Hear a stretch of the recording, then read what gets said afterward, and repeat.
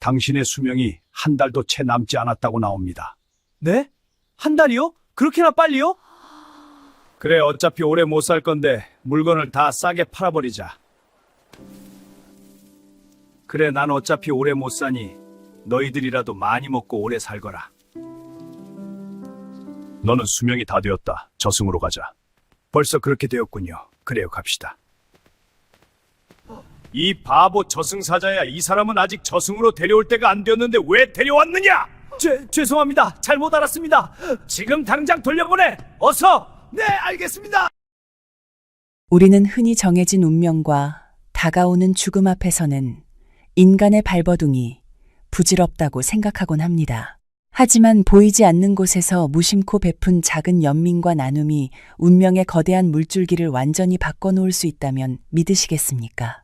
바람에 스쳐가는 미물이나 길가의 낡은 인연을 가벼이 여기지 않는 그 선한 마음이 때로는 생사의 경계마저 허무는 기적을 만들어내기도 합니다. 하늘은 거창한 업적뿐만 아니라 땅에 떨어진 떡 조각을 나누는 작은 마음씨 하나까지도 빠짐없이 굽어 살피고 계실지도 모릅니다.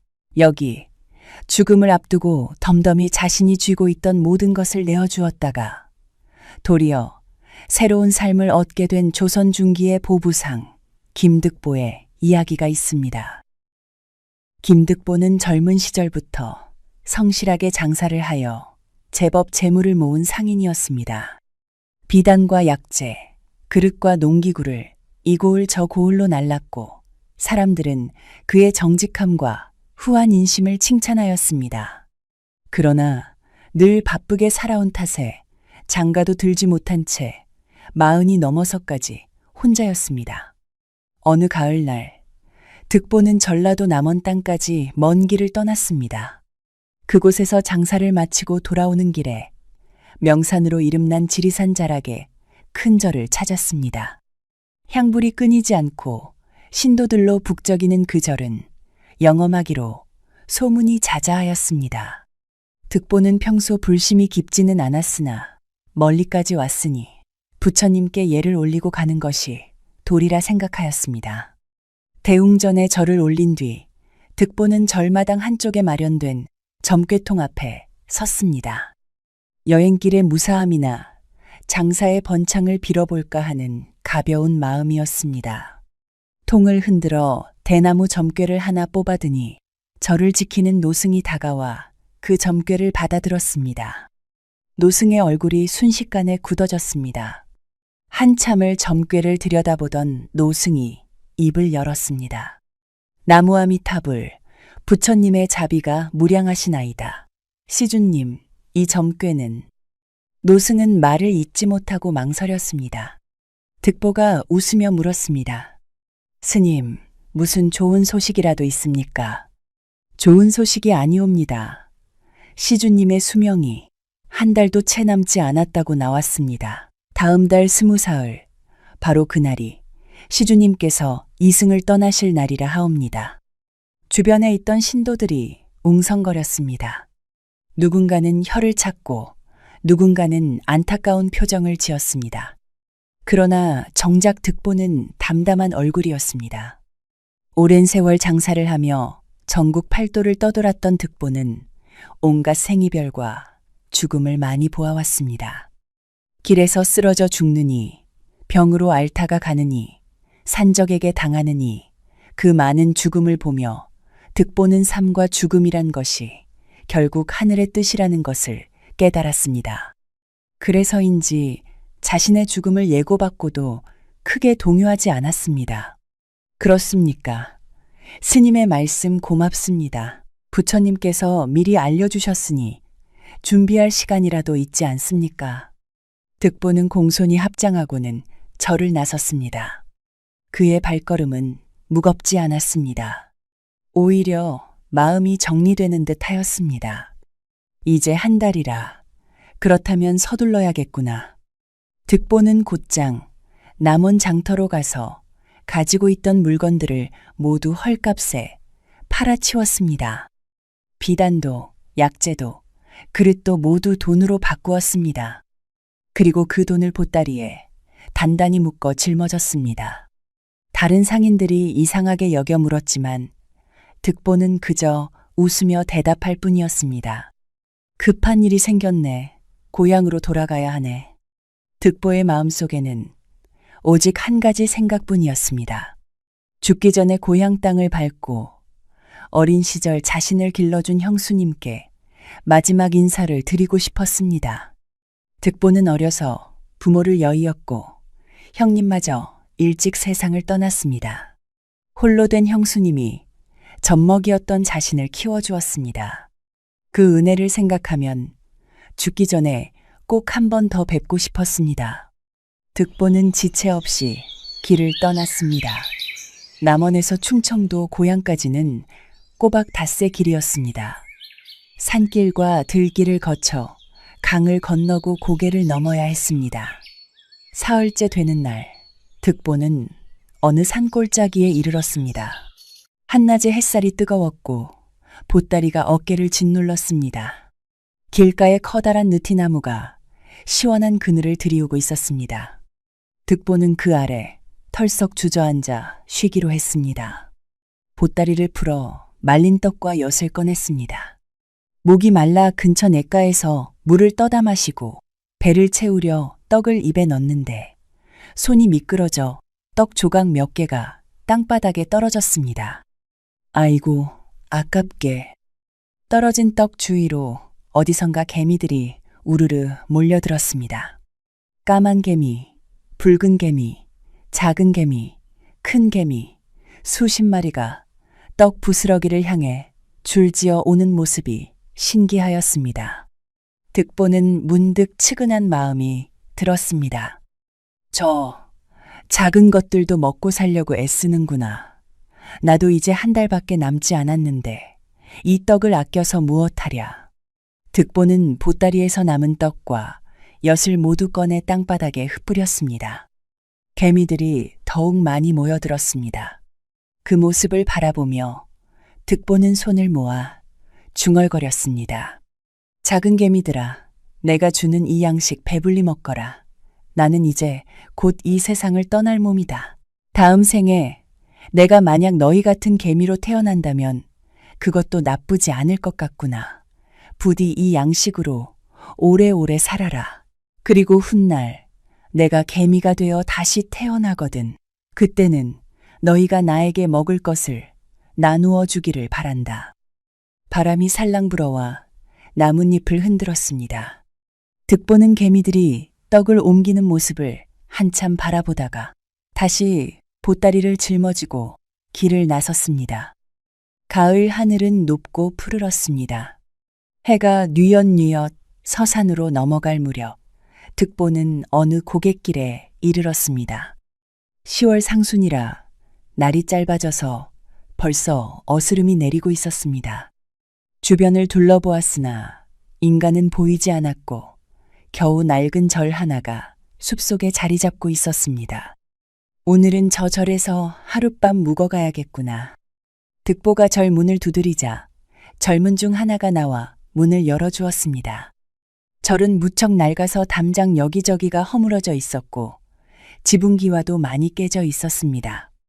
스님, 하룻밤만 재워주시겠습니까?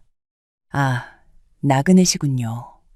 절이 허름하지만 그래도 비바람은 막을 수 있으니 들어오시지요. 젊은 중은 친절하게 득보를 안내하였습니다. 법당 옆 작은 방이 객실로 쓰이는 듯 하였습니다. 득보가 방에 들어가 보따리를 내려놓는데 나이 지긋한 노승이 들어왔습니다. 나그네께서 묵어가신다니 반갑습니다. 저녁 공양은 하셨습니까? 아직입니다, 스님. 그럼 저희와 함께 드시지요. 변변치 못하지만 산나물과 된장국은 드릴 수 있습니다. 저녁 공양은 소박하였지만 정갈하였습니다. 노승과 젊은 중 그리고 득보 셋이 둘러앉아 밥을 먹으며 이런저런 이야기를 나누었습니다. 노승은 이 절이 100년도 더 된 오래된 절이지만 전쟁과 화재로 여러 번 피해를 입어 이제는 스님이 둘뿐인 작은 암자가 되었다고 하였습니다. 밥을 먹고 나니 몸에서 땀 냄새와 먼지 냄새가 났습니다. 득보가 물었습니다. 스님, 몸을 좀 씻을 수 있을까요? 사흘째 길을 걸어 온몸이 찝찝합니다. 노승이 난처한 표정을 지었습니다. 그게 저희도 목욕을 한 지가 오래되었습니다. 절 뒤편에 목욕간이 있기는 한데 지붕이 무너져 내려서 쓸 수가 없습니다. 그나마 여름에는 냇물에서 씻기라도 하지만 이제 날씨가 추워져서 그것도 어렵습니다. 젊은 중도 거들어 말했습니다. 목욕간을 고치려 해도 돈이 없어서 저희 둘이 힘을 합쳐도 기와와 목재를 살 돈이 없습니다. 이 절에 찾아오는 시주가 워낙 적다 보니 득보는 두 스님의 처지가 안타까웠습니다. 그리고 문득 생각이 들었습니다. 나는 이제 한 달도 못 살 목숨인데 이 돈을 가지고 무엇 하겠는가? 그냥 땅속에 묻어갈 돈이라면 차라리 살아있는 사람들에게 도움이 되는 일에 쓰는 게 낫지 않겠는가? 득보는 보따리를 풀어 무명 보자기에 쌓인 돈을 꺼냈습니다. 정확히 36냥이었습니다. 그것을 노승 앞에 내밀었습니다. 스님, 이것을 받으십시오. 노승과 젊은 중이 깜짝 놀라 눈이 휘둥그레졌습니다. 이게 무슨 말씀입니까? 이렇게 큰 돈을. 제가 얼마 살지 못할 몸입니다. 어차피 쓸데없는 돈이니 스님들께서 받으시고 이 절을 고치시는 데 쓰십시오. 특히 목욕간을 넓게 지어서 이 길을 지나가는 나그네들도 쉬어가며 몸을 씻을 수 있게 해주십시오. 그것이 제 마지막 소원입니다. 노승은 눈시울이 붉어졌습니다. 득보의 손을 꽉 잡으며 말했습니다. 보살님, 이 큰 은혜를 어찌 갚아야 할지 모르겠습니다. 부처님께서 보살님을 오래오래 지켜주실 것입니다. 무슨 병환이 있으시면 혹시 기도를 올려드릴까요? 아닙니다, 스님. 타고난 수명이니 어쩔 수 없습니다. 저는 그저 마지막 선한 일을 하나 하고 싶었을 뿐입니다. 그날 밤 득보는 편안하게 잠을 잤습니다. 마음이 가벼웠습니다. 무거운 짐을 내려놓은 듯 하였습니다. 다음 날 아침 노승은 일찍부터 마을 사람들을 불러 모았습니다. 목수, 미장이, 기와장이가 찾아왔고 곧 절수리가 시작되었습니다. 득보는 고향으로 서둘러 가야 했지만 이왕 시작된 일이니 조금이라도 거들어주고 가는 게 좋겠다는 생각이 들었습니다. 제가 며칠만 더 머물면서 도와드리겠습니다. 득보는 일꾼들과 함께 무너진 담을 쌓고 깨진 기와를 갈고 목욕간 털을 닦았습니다. 젊은 시절부터 힘쓰는 일을 해온 터라 손놀림이 능숙하였습니다. 사람들은 돈을 시주하고도 직접 일까지 거두는 득보를 칭찬하였습니다. 하루가 이틀이 되고 이틀이 사흘이 되었습니다. 어느덧 닷새가 흘렀습니다. 목욕간은 넓고 튼튼하게 지어졌고 담장도 새로 쌓였으며 법당 지붕도 말끔히 고쳐졌습니다. 절 전체가 생기를 되찾은 듯 하였습니다. 일이 마무리되자 득보는 노승과 젊은 중에게 하직 인사를 하였습니다. 이제 저는 가야 합니다. 고향에 늙으신 형수님이 계셔서. 보살님, 이 은혜 평생 잊지 않겠습니다. 매일 부처님께 보살님의 무병장수를 빌겠습니다. 득보는 미소를 지으며 고개를 저었습니다. 스님, 저는 곧 떠날 몸입니다. 다만 이 저를 찾는 나그네들이 편히 쉬어갈 수 있다면 그것으로 족합니다. 득보는 다시 보따리를 짊어지고 길을 나섰습니다. 그런데 절에서 많은 날을 지체한 탓에 고향까지 가는 길이 더욱 급박해졌습니다. 점괘에서 나온 날짜가 점점 다가오고 있었습니다. 득보는 지친 몸을 이끌고 산길을 걸었습니다. 고향까지는 아직도 이틀 길이 남았는데 점괘에서 나온 날짜는 바로 내일이었습니다. 해가 중천에 떴지만 몸은 천근만근 무거웠습니다. 며칠간 절수리를 도우며 힘을 많이 쓴 탓인지 다리가 후들거렸습니다. 조금만 더 가면. 득보는 이를 악물고 걸었습니다. 하지만 몸은 이미 한계에 다다른 듯 하였습니다. 길가에 큰 바위가 보였습니다. 잠깐만 쉬어가자는 생각에 바위에 기대려는 순간 발이 헛디뎌 바위에 머리를 세게 부딪혔습니다. 으윽, 눈앞이 하얘지며 정신이 아득해졌습니다. 득보는 그대로 땅바닥에 쓰러졌습니다. 의식이 점점 멀어져 갔습니다. 얼마나 시간이 흘렀을까요? 득보는 누군가 자신의 팔을 잡아 끄는 느낌에 눈을 떴습니다. 그런데 이게 웬일입니까? 눈앞에 검은 옷을 입은 두 사내가 서 있었습니다. 얼굴은 창백하고 눈은 형형하게 빛났습니다. 여기가 어디요? 당신들은 누구시오? 말이 많구나. 따라오기만 하면 된다. 제발 놓아주세요! 두 사내는 득보의 양팔을 붙잡고 어딘가로 끌고 갔습니다. 주변을 둘러보니 이승의 풍경이 아니었습니다. 하늘은 잿빛으로 흐리고 사방이 으스스하였습니다. 길 옆으로 수많은 홀령들이 줄지어 걸어가고 있었습니다. 아, 이제 내 때가 온 것이로구나. 득보는 자신이 저승으로 끌려가고 있음을 깨달았습니다. 점괘대로 죽음의 날이 온 것이었습니다. 득보는 순순히 두 저승사자를 따라갔습니다. 얼마를 걷자 웅장한 전각이 나타났습니다. 현판에는 큰 글씨로 염라전이라 쓰여 있었습니다. 저승사자들이 득보를 끌고 전각 안으로 들어갔습니다. 높은 자리에 위엄 있는 모습의 염라대왕이 앉아 계셨습니다. 검은 관복을 입고 손에는 생사부를 들고 있었습니다. 염라대왕의 눈빛이 득보를 향했습니다. 저승사자가 염라대왕께 고했습니다. 대왕님, 수명이 다한 김득보를 데려왔사옵니다. 그러자 염라대왕이 갑자기 버럭 화를 내며 소리쳤습니다. 이놈들아, 너희는 어찌된 일을 하느냐. 생사부도 제대로 보지 않고 사람을 함부로 잡아오다니. 저승사자들이 깜짝 놀라 바닥에 엎드렸습니다. 대왕님, 무슨 말씀이십니까? 분명 오늘이 이자의 수명이. 어리석은 것들, 관음보살님께서 친히 이 사람을 위해 청을 올리셨거늘 그것도 모르고 덥석 잡아오다니. 염라대왕은 생사부를 펼쳐 보이며 말을 이었습니다. 이 사람 김득보는 지난 며칠간 선한 일을 많이 하였느니라. 산길에서 개미들에게 양식을 나누어 주고 낡은 절에 36냥을 시주하여 목욕간을 짓게 하였지. 그 공덕이 하늘에 사무쳐 관음보살님과 그가 먹인 수많은 개미 귀신들, 그리고 앞으로 그 절에서 은혜를 입을 무수한 홀령들이 모두 와서 이 사람을 위해 목숨을 연장해달라 청하였느니라. 득보는 놀라 눈이 휘둥그레졌습니다. 그때 전각 밖에서 수많은 목소리가 들려왔습니다. 김득보 나리를 살려주소서. 은혜를 갚게 해주소서. 염라대왕이 고개를 끄덕이며 말했습니다.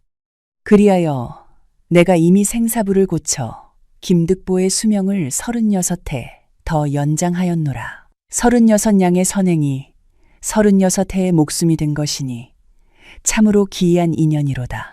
그런데 너희 어리석은 것들이 옛 생사부만 보고 덥석 잡아온 것이 아니냐. 저승사자들이 땅에 이마를 뚜치며 빌었습니다. 용서하소서, 대왕님.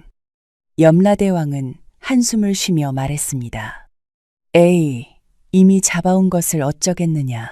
김득보, 이왕 저승까지 온 김에 이곳저곳 구경이나 하고 가거라. 다만 객인을 함부로 대하지 말고 극진히 모시도록 하여라.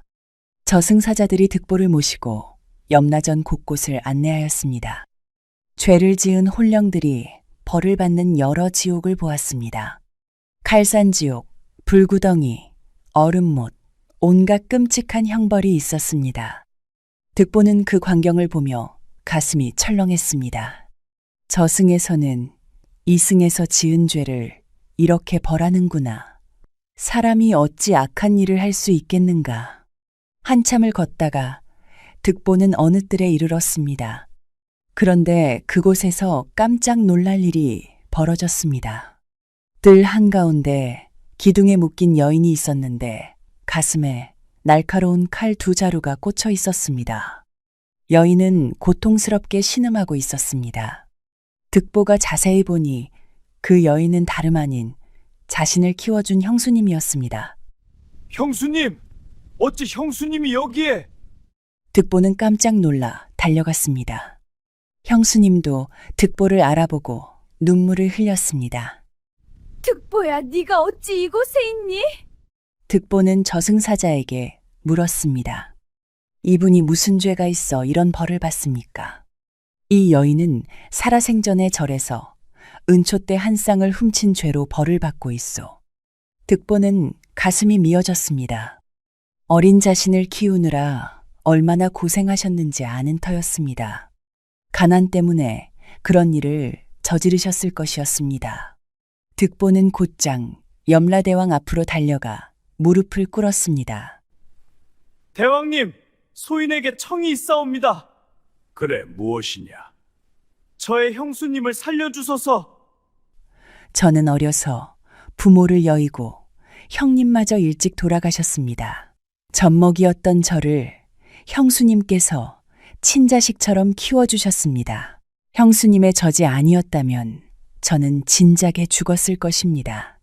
그 은혜가 하늘보다 높고 바다보다 깊사옵니다. 부디 형수님을 용서해 주시고 벌을 거두어 주소서. 염라대왕이 생사부를 들여다보더니 고개를 끄덕였습니다. 그대의 효심이 지극하구나. 더구나 그대 형수는 아직 죽을 때가 아니로다. 이승에서 병을 앓고는 있으나 아직 살아있느니라. 좋다. 그 벌을 거두어 주마. 염라대왕이 손을 들자 형수님을 묶었던 칼이 사라지고 형수님의 모습도 사라졌습니다. 고맙습니다. 대왕님, 큰 은혜 평생 잊지 않겠습니다. 이제 그대도 돌아가거라. 아직 이승에서 할 일이 많이 남았느니라. 착한 마음 잃지 말고 바르게 살아가거라. 염라대왕이 손을 흔들자 득보의 의식이 다시 아득해졌습니다. 득보는 신음소리와 함께 눈을 떴습니다. 주변을 보니 아까 쓰러졌던 산길이었습니다. 해는 아직 중천에 걸려 있었습니다. 마치 꿈을 꾼 것 같았지만 너무나 생생한 경험이었습니다. 득보는 일어나 몸을 추스렀습니다. 신기하게도 아까까지 천근만근 무겁던 몸이 한결 가벼워진 느낌이었습니다. 다리에도 힘이 돌았습니다. 36해를 더 살 수 있다니 정말 하늘이 내려주신 은혜로구나. 득보는 다시 힘차게 걸음을 옮겼습니다. 이틀을 더 걸어 마침내 고향 마을에 도착했습니다. 오랜만에 보는 고향 산천이 반가웠습니다. 형수님의 집으로 달려갔습니다. 문을 두드리자 형수님이 나오셨습니다. 그런데 얼굴에 생기가 돌아 있었습니다. 득보야, 네가 왔구나. 얼마나 기다렸는지 모른다. 형수님, 몸은 괜찮으십니까? 신기하게도 며칠 전부터 가슴 통증이 싹 사라졌단다. 2년 동안 그렇게 아프더니 갑자기 나았어.